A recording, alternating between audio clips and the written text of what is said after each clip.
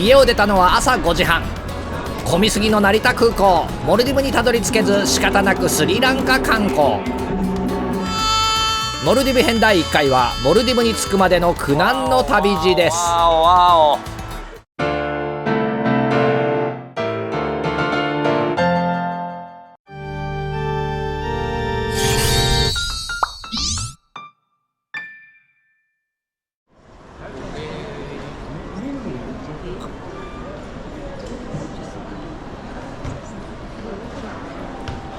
今成田空港にいます。朝の8時ですね。これからモルディブへ向けて出発いたします。一回コロンボで、乗り換えます。コロンボまで10時間ぐらいかかります。今回もツアーの主催者はおなじみのカッシーさん。わずか4ヶ月前のコロナ明けの頃とは打って変わって続々と人が詰めかけてきました。でなんですけど、こんなに並んでいます。こんなに飛行機に乗れるわけないでしょう。しかしチェックインにいくら時間がかかっても問題はありません。何せ飛行機の到着がすでに4時間以上遅れているのですから。乗り継ぎ便がどうなるかは現地の窓口で聞いてくれという対応の悪さ。我々はただひたすら待合室で待つしかありません。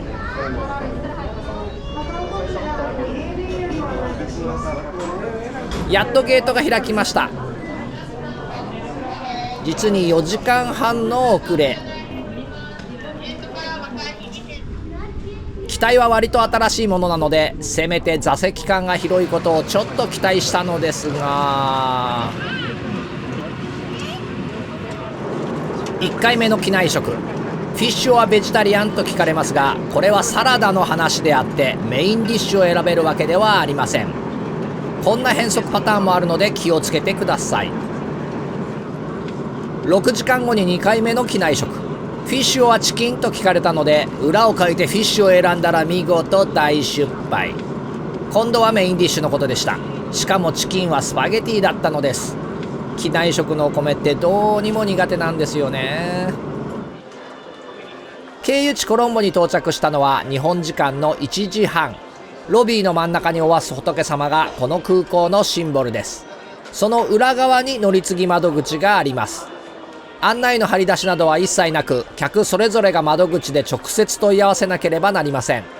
客が窓口に来てから手配を始めているのか、とにかく時間がかかります。この程度の行列なのに3時間以上並ばされたため、僕はすっかり坐骨神経を痛めてしまい、ツアー中ずっと左足に痛みを抱えることになりました。さらにホテルへ送ってくれるバスを延々待たされます。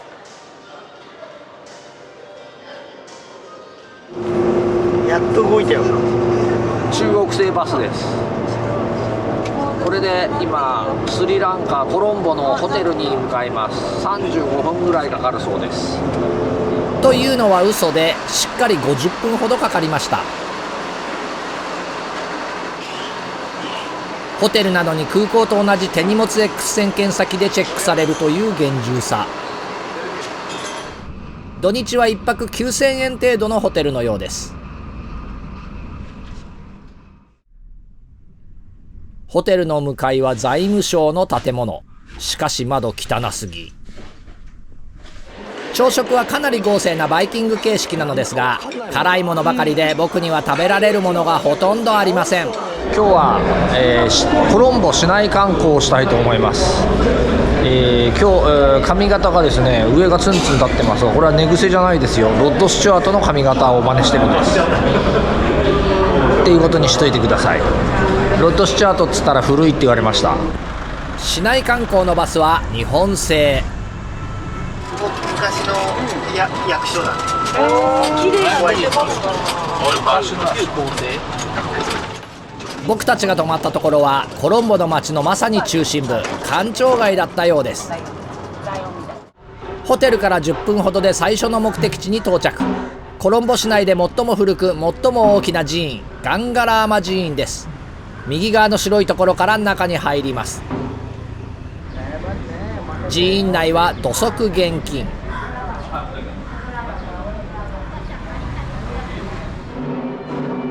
入り口のところにある仏像はガラスで厳重に守られています。その隣にはヒンズー教の神様ガネーシャの像。本殿です。仏様だけではなく拝んでいる人も像になっているようです。この寺院はイギリス統治下時代に作られたので、キリスト教の影響も受けているのかもしれません。祈りの演奏がけたたましいほど賑やかです。この曲は歓迎だか挨拶だかの曲とのこと。壁や天井には仏教やブッダの歴史が描かれています。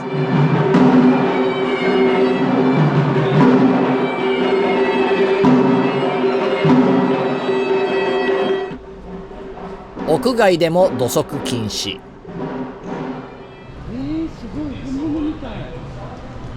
牙だけが本物で、あとは作り物。ちょっと不気味ですよね。このお堂の中には小さな仏像がたくさん飾られています。踊る芝神の像。布袋さんですよね。仏像に背を向けて撮ってはいけませんが、並んで撮るのは OK です。ブッダがその根元で悟りを得た菩提樹の挿し木による子孫とされているもので、かなり世代がオリジナルに近いもののようです。この日はちょうど日曜日、日曜学校が開かれていました。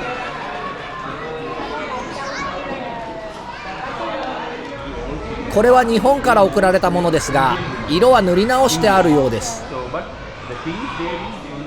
お寺の奥は博物館になっていて、クラシックカーも展示されています。これはスリランカに初めて来たベンツだそうです。味の2つある面白いです。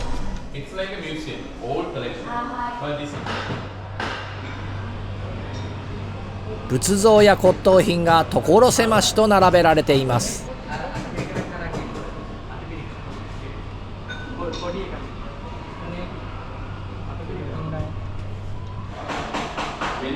ブッダの髪の毛の一部も祀られているそうですが、どこにあるのか分かりませんでした。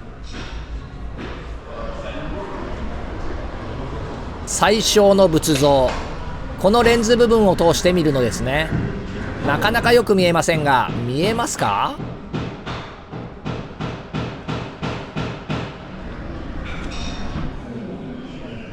象牙を彫った彫刻もありました。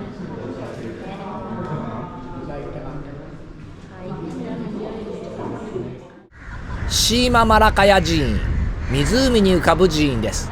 先ほどのところから車で1分ほどのところにあります。押すなよ押すなよって言わなきゃ。仏像と高層ビルの対比がスリランカ独特の雰囲気を醸し出します。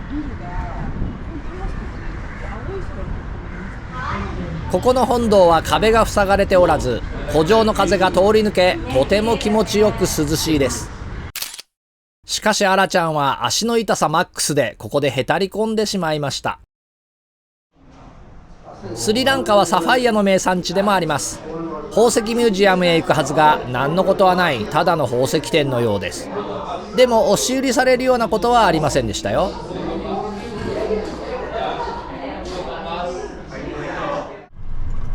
フィリピンのボホール島と同じトライシクルと近代的な建物の違和感がすごいですね。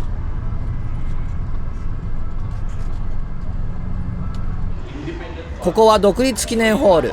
観光客が見るべきものは何もありません。しかしこの後、ここの前でスリランカで一番面白いものと遭遇します。とりあえずガイドに記念写真を撮ってもらいましょう。おいおい、今回のスリランカツアーで一番受けたものはこれ。レッドスネークカモン。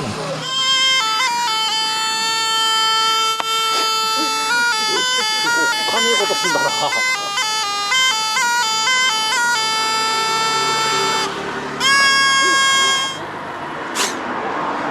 おいおいおい、勘弁してくれ。Sir, big one, sir. 体はリックは自分で入ってくる。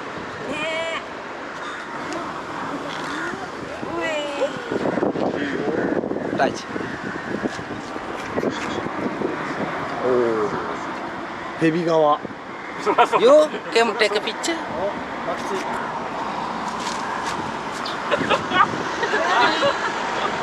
わおわおわおわお。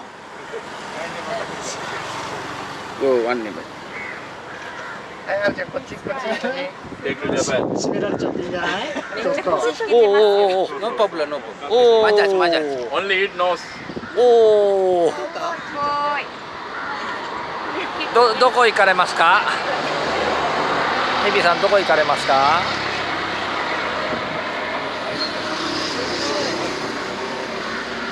ちょっとビビってます。ちょっとビビってます。さあ、よか。そっちから顔出てきたよ。あー、可愛いかも。ちゃんと取ったのちょうだいね。歌詞踏まないでよ。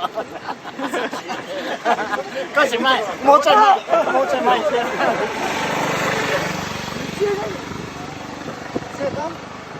歌詞踏まないでよ。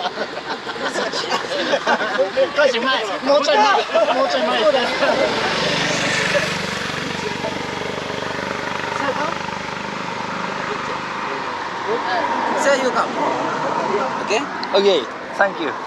この大蛇を持つのは一人ごとに別料金です。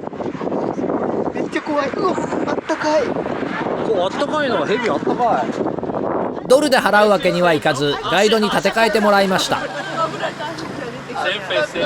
生々しい。しかし彼の持ち合わせが少なく、ヘビ使いはかなり渋い顔をしていました。ガイドからは18ドル請求されましたが、本当は倍くらいの料金だったのではないでしょうか。かわいい。かわいいね。かわいくなってきた。ホテルに帰って昼食です。やはりバイキング形式ですが、相変わらず辛いものばかりで僕は食べられるものがありません。スープはポテトスープです。緑色なのはハラペーニョが入っているから。スパゲッティは辛いの嫌だって言ったらホワイトソース作ってくれました。でも味はありませんでした。バスで空港へ向かいます。高層ビルの合間にこんな街並みもあります。まるで昭和と令和が混在しているようです。チェックインではまた長いこと並ばされました。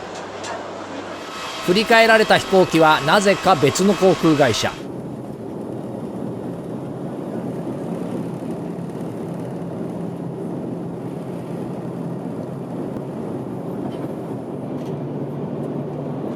翼よ、あれがマーレの日だ。離陸からわずか1時間10分ほどでモルディブの首都マーレが見えてきました。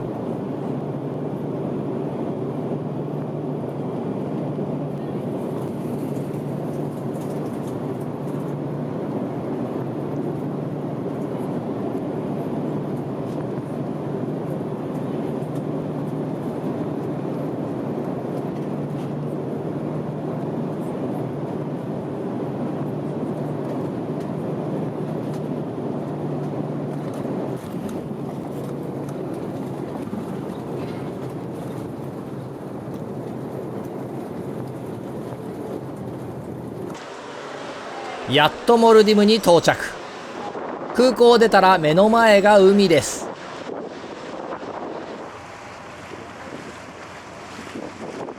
ここに現地ショップのドーニが迎えに来てくれます。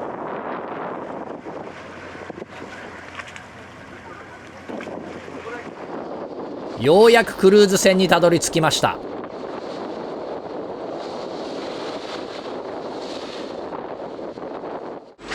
家を出てから実に46時間後のことでした。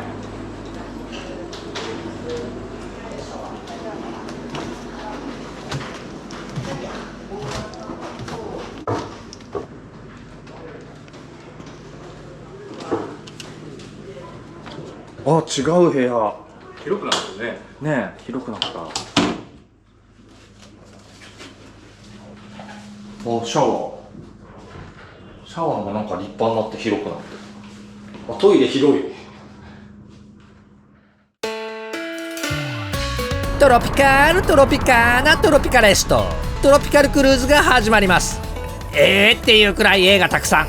見とれていたらカメラ落としちゃった。それが事件の始まり。